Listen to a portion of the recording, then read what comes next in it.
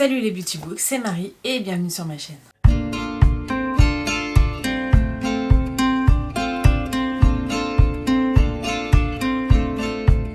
J'espère que vous allez bien, on se retrouve pour une nouvelle vidéo et je vais vous parler de mes unpopular opinions. Donc, il y a quelques jours, je filmais, j'avais du mal à gérer avec le soleil. Maintenant, il pleut, je suis obligée de mettre les lumières derrière pour que vous voyez quelque chose.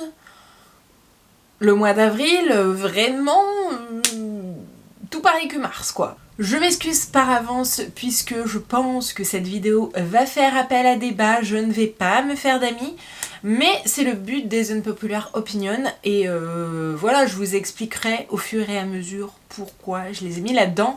J'ai sélectionné 15 livres, là c'est vraiment les livres que tout le monde aime, sauf moi.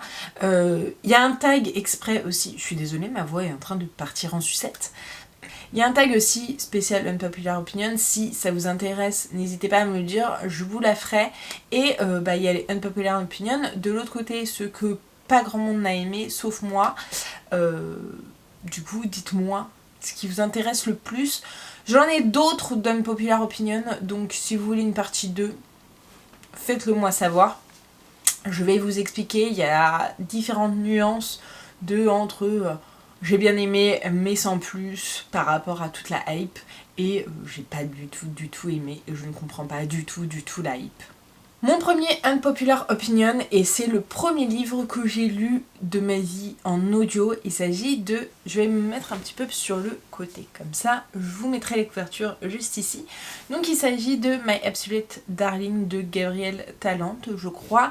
C'est mon seul et unique livre lu de chez Gainmeister et ça m'a donné un peu un avant-goût de ce que donnait Gainmeister et à quel point ce n'était peut-être pas pour moi. Après je fais peut-être des raccourcis parce que je n'en ai lu qu'un. En plus le fait que ce soit ma première expérience audio, je pense que ça n'a pas aidé. Mais dans cette histoire, on suit une jeune fille qui vit toute seule avec son père. Leur relation est très étrange. Et elle va rencontrer des jeunes hommes et il va se passer des choses. Je crois que la jeune fille s'appelle... son surnom, je crois que c'est Turtle. Je crois que c'est ça. Mais j'ai vraiment pas compris la hype de ce roman. J'ai pas du tout été touchée. J'ai même été mal à l'aise plus d'une fois. Il y a des scènes qui sont très trigger, il y a des gros trigger warnings dans ce roman et ouais, j'ai pas été hypée, j'ai pas été bouleversée, j'ai été très mal à l'aise et j'ai pas trouvé que c'était un livre exceptionnel, extraordinaire, d'une beauté sans pareil, ni rien. Voilà à peu près pourquoi je n'ai pas aimé ce roman. Je peux comprendre pourquoi il y a des personnes qui l'ont aimé, mais moi j'ai pas vu... Alors déjà le côté peut-être un peu poétique ou quoi, je l'ai pas... Enfin le style de l'écriture ça ne m'a fait ni chaud ni froid, mais alors l'histoire en elle-même m'a vraiment mis mal à l'aise, je me suis pas du tout attachée au personnage et voilà. Donc c'est un non merci pour moi. Alors les deux prochains vont faire gros débat, c'est une conversation que j'ai eue pas plus tard que ce week-end dans ma belle famille, avec mes belles cousines. Et le premier livre, donc le week-end qui a précédé par rapport à ce que je filme, mais vous aurez la vidéo un peu plus tard. Donc le premier livre dont je vais vous parler, c'est la saga de la passe-miroir.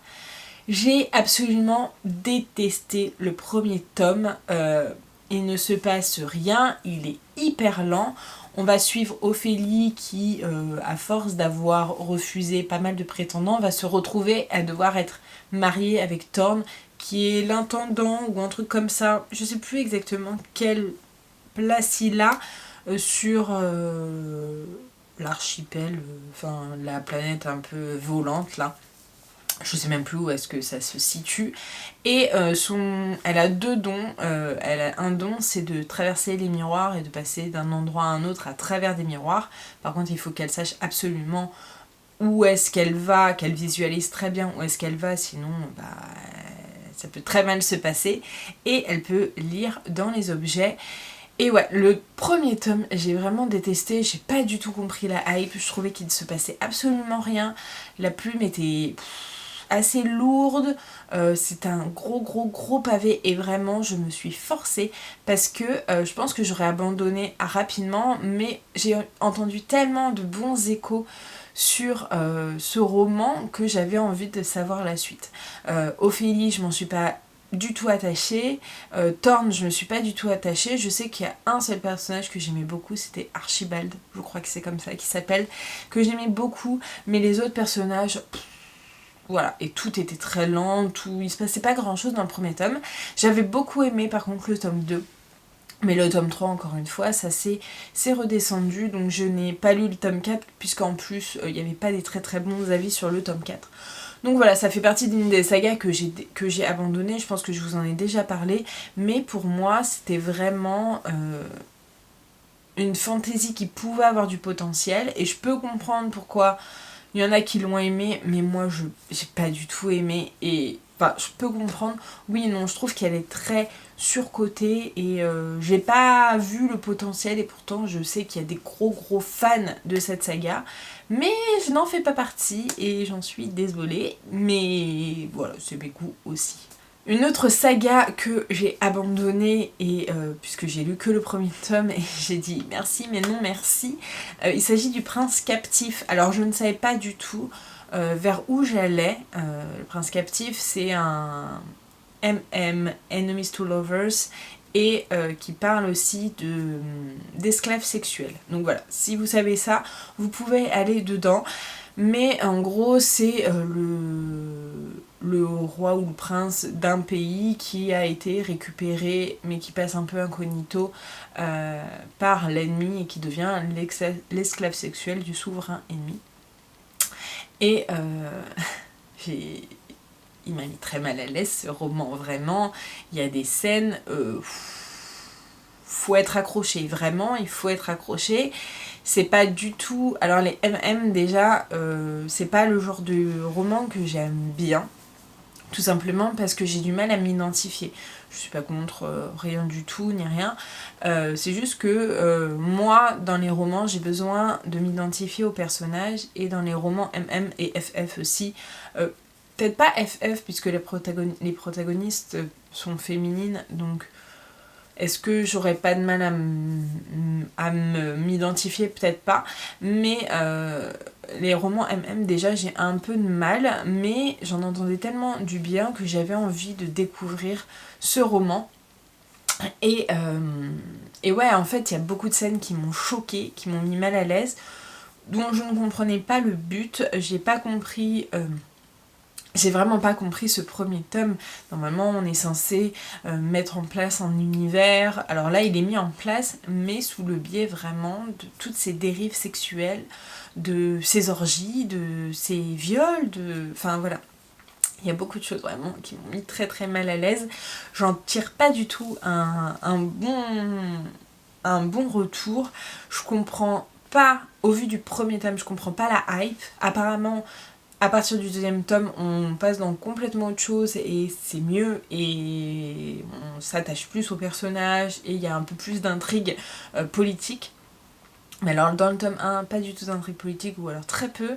Beaucoup de sexe pour rien, de sexe qui m'ont mis mal à l'aise, et voilà. Après, chacun aime ce genre de romance, son genre de romance. Moi, ça ne l'a pas fait du tout pour moi. Alors là, un unpopular opinion un peu plus nuancé. Il s'agit d'un jour de décembre de Josie Silver. Alors, pourquoi je l'ai mis dans unpopular opinion? C'est que j'ai entendu que des bons avis dessus, que des gens qui l'avaient dévoré en 2 jours malgré le pavé, que c'était une lecture exceptionnelle, etc. Moi, je trouvais que ça cassait pas 3 pattes à un canard. On va suivre une jeune fille qui, le soir de Noël ou un soir en décembre, bref, elle va croiser le regard d'un homme qui va la perturber à vie. Vraiment, il va complètement la chambouler, et on va la suivre sur une dizaine, une quinzaine d'années, tous les ans au mois de décembre, et on va voir son évolution à ce moment-là, surtout qu'elle habite avec une coloc, et la coloc a un nouveau chéri. Je vous le donne en mille, il s'agit du jeune homme qui l'a complètement chamboulé juste en un regard. Le fond de l'histoire est pas mal, mais en fait moi j'aime pas quand il y a des trop gros bonds dans le temps, quand on les suit pas de façon assidue, etc., quand on les suit une fois par an. C'est un peu compliqué, même si c'est sur plusieurs jours, etc.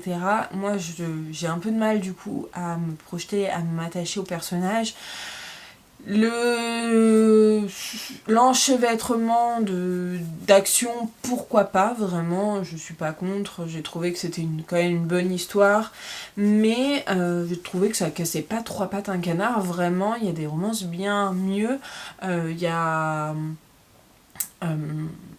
la plume est pas exceptionnelle, n'est pas hyper addictive non plus. Voilà. Vraiment, dans ce genre d'histoire, c'est pas vraiment un roman en plus de Noël. Moi, je me l'étais gardé pour Noël. C'est pas du tout un roman de Noël, c'est plus un roman hivernal. Alors, un jour en décembre, donc c'est quand même mieux de le lire en décembre, puisqu'on va se retrouver tous les ans en décembre avec une suite de circonstances. Mais c'est une romance contemporaine tout à fait basique. J'ai pas compris la hype qu'il y avait autour, vraiment. En fait, j'ai trouvé que c'était un bon roman, pas trop mal. Il y a 1000 fois mieux, il y a 1000 fois pire, mais j'ai pas compris tous les commentaires et les avis hyper élogieux là-dessus, parce que pour moi c'était sympa, mais sans plus. Encore une saga young adulte, enfin cette fois-ci young adulte, comme la passe miroir, où je n'ai lu que le premier tome et j'ai pas compris la hype non plus. Il s'agit d'une braise sous la cendre. J'avais acheté le tome 2, mais le tome 2 faisait pas l'unanimité et ensuite ils ont arrêté de le publier à partir du tome 3. Donc je sais qu'il y a d'autres tomes qui sont censés sortir mais qui ne seront jamais publiés. Donc ça m'a donné envie d'arrêter complètement cette saga, mais on est dans une espèce de dystopie fantasy où il y a eu une grosse guerre, il y a deux clans, les très pauvres et un peu rebelles et les commandants avec la haute société, etc. Et on va suivre deux points de vue. Un jeune homme qui est le fils de la commandant, je crois, et qui est en train de s'entraîner pour devenir... pour aller dans la Légion, et une jeune fille, je sais plus du tout leur nom, par contre ça fait très longtemps que je les ai pas lus, et une jeune fille qui a son frère qui s'est fait tuer, qui veut se venger, puisqu'il faisait partie des rebelles, qui veut se venger et du coup qui va infiltrer comme gouvernante la haute société pour se venger, voilà. Et encore une fois, il y avait beaucoup de potentiel, c'est un peu oriental et tout, j'ai bien aimé les personnages, surtout le personnage masculin et son amie Hélène. Ça, je me souviens que son amie s'appelait Hélène, mais là, les deux autres personnages, je ne me souviens pas du tout. La partie sur la jeune fille, j'ai un petit peu moins aimé, même si j'ai bien aimé ce côté un peu s'immiscer dans le camp ennemi et voilà. Mais je trouvais encore une fois que c'était très long, qu'il ne se passait pas grand chose, que voilà, c'est un tome 1, donc on bâtit petit à petit l'univers, mais par rapport aux 1000 commentaires et avis élogieux, moi je l'ai lu vraiment au moment où ça avait sa grosse hype, le tome 3 était pas encore sorti, je me demande si je l'ai pas lu en 2018 ou 2019. Vraiment, il n'y avait que le tome 1 et 2 et on n'entendait parler que de cette saga quasiment. Et du coup, quand j'ai lu ça, j'ai dit bah ouais, mais sans plus en vrai, tout ça pour ça, un petit peu chafouine quand même, un petit peu déçue. Mais voilà, c'était sympa. Mais j'en attendais autre chose, vraiment. Et comme je vous disais, le tome 2 avait des moins bons avis et le tome 3 n'était pas encore sorti à ce moment-là. Donc je me suis dit, bah je vais pas m'infliger, sachant que j'ai pas aimé le premier alors que tout le monde l'a adoré, le tome 2, s'il n'y a pas des bons avis, ça me donne pas envie. Pourtant il était à un moment donné dans ma pile à lire, hein. Je me demande s'il n'y est pas toujours. Je les avais achetés en poche parce qu'en plus PKJ avait décidé de changer la charte des grands formats. Donc voilà, les couvertures ne matchaient plus du tout, par contre les petits formats matchaient bien, donc je m'étais dit je vais prendre tout en poche. Et j'ai jamais lu le 2 et je pense que je ne le lirai jamais, de toute façon la suite de la saga n'est jamais sortie. On va continuer avec un gros unpopular opinion. Je me suis fait ruée, je me suis fait huer par mes copines, je me souviens quand je l'ai abandonné puisque c'était un abandon ce livre, et j'ai abandonné Sorcery of Thorn de Margaret Rogerson. J'en entendais que des bons avis, il y avait toute une magie autour des livres qui étaient puissants, avec des personnages hyper badass et tout, en plus en one shot, donc voilà, que des bons trucs. Et j'ai commencé, en fait je l'avais commencé en VO, je comprenais pas grand chose, donc je l'avais basculé en VF. Et je lisais. Et en fait, je pense que c'est vraiment le style de plume qui ne me convient pas, puisque c'est une plume très poétique. Et donc, je me suis attachée à rien en vrai. Et du coup, c'était assez dur parce que je trouvais que même quand il se passait, enfin même quand il y avait des actions, je trouvais que c'était hyper lent, qu'il ne se passait rien. Et j'étais là, bon, voilà. Et franchement, j'ai pas du tout compris la hype qu'il y avait autour. J'ai vu que des gros coups de cœur là-dessus. Il y a pas trop de nuances. Alors je sais que Lucie de Lucia Lu a été un peu plus nuancée et j'ai été très contente de voir un peu des avis pas très très élogieux, un peu plus négatifs que les gros coups de cœur qu'il y avait. Mais vraiment, et je pense vraiment, et c'est ce que Sandra m'a dit, elle m'a dit en fait c'est vraiment une plume qui te convient pas parce que tout est dans la plume, tout est dans la poésie de la plume et ça rend les choses très belles, très immersif et tout. Et moi, je me suis ennuyée. Je me suis même forcée à dépasser la moitié. Et à un moment donné, j'ai dit non, je peux plus, j'y arrive plus. Je me force à le lire et ça n'a aucun intérêt.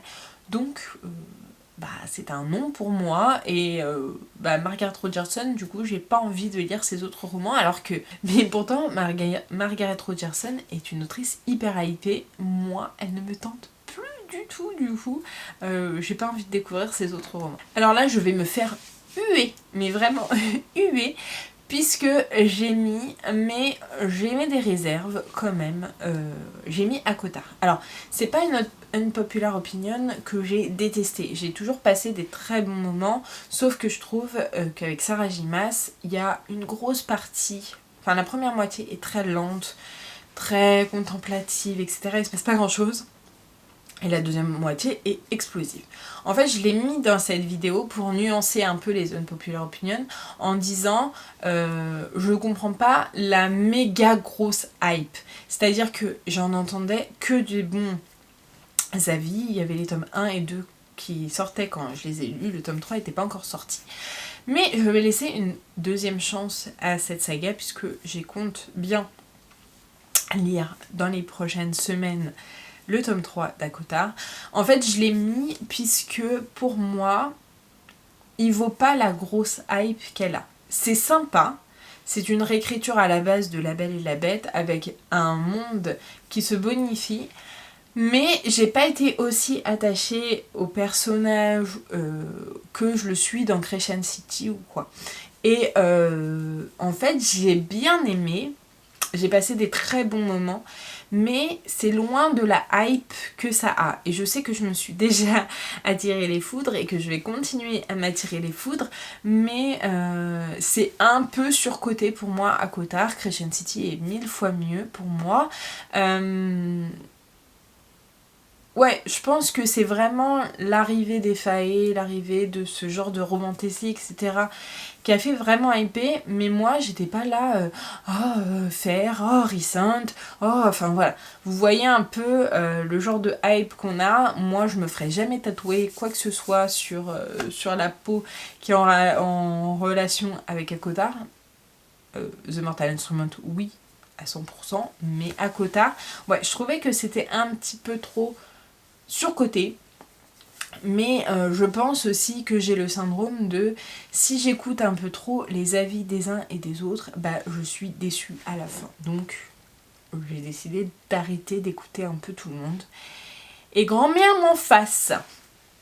Un autre roman, et ça va être assez rapide puisque j'en ai parlé il n'y a pas très très longtemps, enfin il y a quelques mois, voire plus d'un an je pense par contre. Il s'agit de 1984 de George Orwell, qui est un classique de la science-fiction que beaucoup de personnes ont aimé et que j'ai pas du tout aimé. J'ai bien aimé le concept, j'ai bien aimé l'histoire en elle-même, mais alors la plume, j'ai pas du tout accroché, je me suis ennuyée à mourir. J'ai pas compris les enchaînements, voilà. Pour moi, c'est un classique, oui et non, mais c'est pas forcément un livre à lire absolument. Malgré le potentiel de l'histoire, la plume est hyper difficile à appréhender et hyper dure et hyper froide. On s'y attache pas du tout, on s'attache à rien du tout. Et je sais que c'est fait exprès, mais du coup, j'ai pas aimé ma lecture. Un autre classique, mais cette fois-ci du gothique, que j'ai pas forcément aimé, c'est La Maison hantée de Shirley Jackson. Encore une fois, c'est un roman qui fait beaucoup parler, qui fait très peur, qui est très encensé, et en fait, je pense que moi, les livres d'horreur ne sont pas pour moi.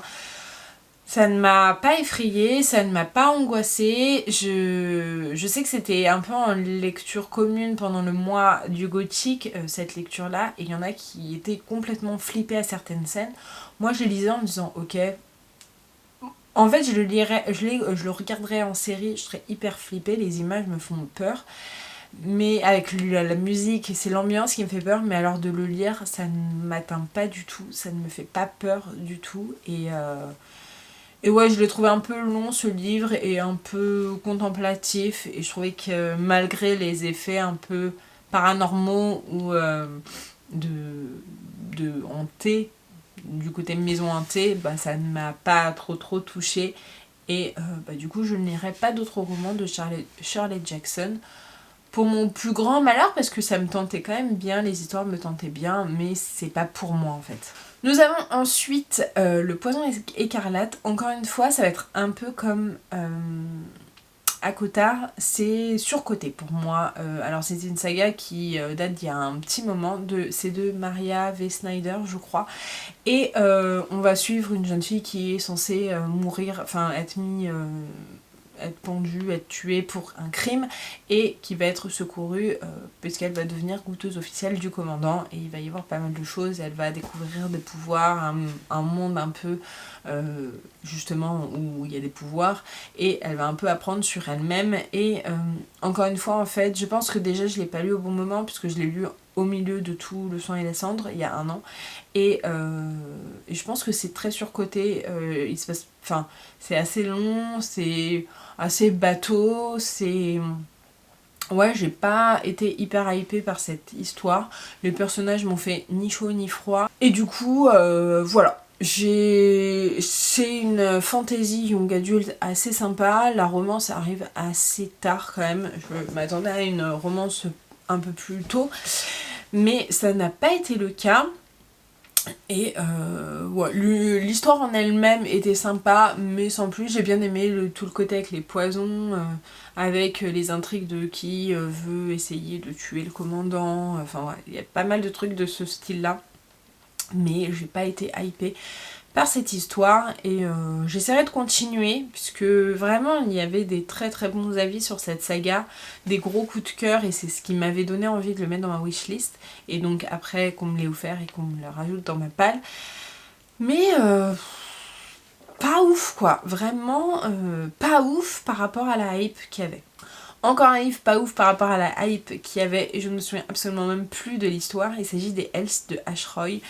Encore une fois, je trouvais que les événements n'avaient ni queue ni tête, les personnages, je ne sais même plus l'histoire de base qui se passait, et on m'avait dit que le tome 1 était un peu moins bien que le reste, c'est une trilogie, et je m'étais dit bon, je tenterai la suite un peu plus tard, et en fait, pas du tout. J'ai pas du tout envie, les personnages, je m'en suis pas attachée, j'ai trouvé que les actions, les événements des actions, en fait... J'ai pas aimé, vraiment, c'était pas une histoire qui me happait, je comprenais pas l'intérêt, j'aimais pas forcément trop les personnages, il y avait une espèce de... Je me souviens plus si c'était vraiment un triangle amoureux ou pas, c'est le genre d'histoire qui ne m'a pas du tout marquée et que je n'ai pas du tout retenu, et je me souviens qu'il y avait vraiment une hype là-dessus, et ça ne l'a pas fait pour moi. Nous avons ensuite Le Souffle de Midas de Alison Germain, je crois, donc Lily Bookin, je crois que c'est ça son pseudo sur YouTube. Elle a écrit une trilogie sur la malédiction de Midas, et j'ai lu que le premier tome, et ça a été très compliqué.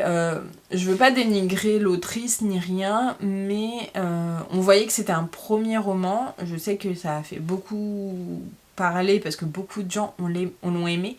Moi, j'ai eu beaucoup de mal, même si j'ai beaucoup aimé ce côté de réécriture. L'histoire avait beaucoup de potentiel, mais l'héroïne m'a un peu gavée puisque elle s'évanouissait à chaque action. Toutes les 5 pages, elle était évanouie, quasiment en tout cas. Et je trouvais pas que l'écriture était très bien travaillée et l'histoire était pas assez riche, je trouve. Je pense elle n'a fait que s'améliorer, je pense, de tome en tome, et elle était d'une gentillesse folle quand on a pu lui faire dédicacer ce roman. Et j'aurais aimé l'aimer vraiment, ce roman, mais je l'ai trouvé très simple. Je l'ai trouvé trop simple. Pourtant, j'ai pas des critères assez hauts, mais je l'ai trouvé trop simple, et surtout je l'ai trouvé l'héroïne m'a agacée, vraiment, j'avais envie de lui mettre des tartes. Au final, c'est pas vraiment elle l'héroïne, c'est les personnages qui sont autour, et je trouve que elle n'a servi pas à grand chose, et ouais, j'ai été un petit peu déçue de ce côté-là. Une lecture et du coup une autrice qui m'a un petit peu déçue et que je trouve surcotée au maximum, il s'agit de Serena Giuliano, et j'ai lu que Ciao Bella, que j'ai lu pendant ma grossesse, à la fin de ma grossesse, et j'avais Mamma Maria que j'avais dans ma pile à lire, que j'avais voulu commencer, mais autant Virginie Grimaldi j'adore, Agnès Martin-Lugan j'adore. Donc voilà, vraiment, ce genre de lecture, Karen Pond j'adore, Clarisse Sabar j'adore, ça aurait pu être dans la même veine, et j'aurais pu adorer aussi Serena Giuliano, je mettais beaucoup d'espoir, mais en fait j'ai pas du tout aimé la plume. Ciao Bella, j'ai pas trop aimé, parce qu'en fait on parle beaucoup de sa vie à elle, mais par épisode aussi. C'est pas... En fait on a l'impression de lire un journal intime et pas une histoire, et c'est un peu comme ça qu'est construit Ciao Bella, et je m'étais dit bon, t'as moyennement aimé ça, tu vas essayer avec Mamma Maria. J'ai essayé et franchement, je suis pas du tout rentrée dans l'histoire. Pourtant, c'est des courts romans à chaque fois. Et je me suis dit qu'en fait, c'était la plume de Serena Giuliano qui ne me convenait pas. Et pourtant, j'en entends vraiment encore parler. Ça fait encore des grosses hypes avec tous ces romans. Chaque roman qui sort chaque année fait un carton plein. Et là, en ce moment, je la vois partout puisqu'elle est en train de sortir un nouveau roman. Mais franchement, elle n'est pas pour moi, vraiment, son écriture n'est pas faite pour moi, et je n'ai pas du tout apprécié mon moment, même si c'est lu très vite, j'ai pas apprécié, et je pense que je n'irai plus vers Serena Giuliano, même si j'adore son jeu de mots à chaque fois avec les chansons et les titres de ses romans, mais voilà, ce n'est pas pour moi. Pourtant j'avais envie de voyager en Italie grâce à Serena Giuliano, et je voyagerai d'une autre façon. J'ai encore 2 romans / sagas à vous parler. D'abord, un peu pour la même raison, je pense que Sorcery of Thorn, je n'ai pas du tout aimé la trilogie du Nuit d'hiver. Donc le premier c'était l'ours et la... pas l'ours et la renarde, c'est l'ours et le rossignol, ou un truc comme ça, bref. Et de Catherine Arden. Donc j'avais acheté l'intégrale chez France Loisirs. J'avais très envie de lire cette réécriture de contes russes que j'ai...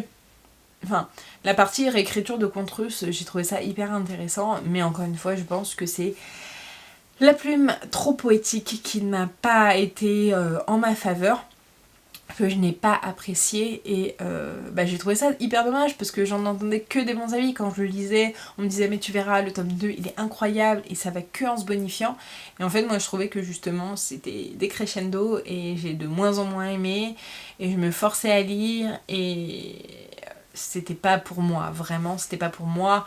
Pourtant tout l'aspect nature, magie, etc. j'aimais beaucoup, mais en fait c'est la plume ne l'a pas fait du tout avec moi, et m'a un petit peu gâché ma lecture. J'en suis triste, mais bah, c'est comme ça, c'est la vie. Et le dernier roman dont je voudrais vous parler, il s'agit de Ash Princess de Laura Sebastian, je crois que c'est ça, où nous avons une princesse déchue qui, du coup, comme elle est déchue, elle porte une couronne de cendres qui s'effrite complètement sur elle. Et elle veut se venger, elle veut récupérer son trône. Et donc il va y avoir toute une quête autour de ça. Il y avait un énorme potentiel et pourtant il ne s'est rien passé de tout ce premier tome. Et j'ai été déçue. Mais vraiment, je me souviens qu'à l'époque, je le lisais en même temps que Ashley et en même temps que Justine, qui ne font plus du tout de Bookstagram ni rien. Et j'ai été méga déçue, et on a été méga déçus, puisqu'il y avait un très très fort potentiel. Vraiment, l'histoire de reconquête, de révolte, ça vendait trop du rêve. Et en fait, pour que le roman soit plat, qu'il ne se passe rien, que je m'ennuie et que je sois contente quand j'ai terminé ce roman. Je voulais laisser une chance à la suite et comme vous l'aurez compris, je ne lui ai jamais laissé de chance. Donc voilà, encore un roman qui a été hyper survendu, hyper coté et qui n'a pas été pour moi du tout. Donc voilà pour ma première partie des Unpopular Opinions. N'hésitez pas à me dire si vous en avez des Unpopular Opinions. Ça me conforterait dans cette idée. N'hésitez pas comme d'habitude à liker la vidéo, à la commenter et à vous abonner. Je vous mets juste ici pour vous abonner, ici ma dernière vidéo. Et en attendant une prochaine vidéo, je vous fais de très gros bisous et je vous dis à très bientôt. Ciao!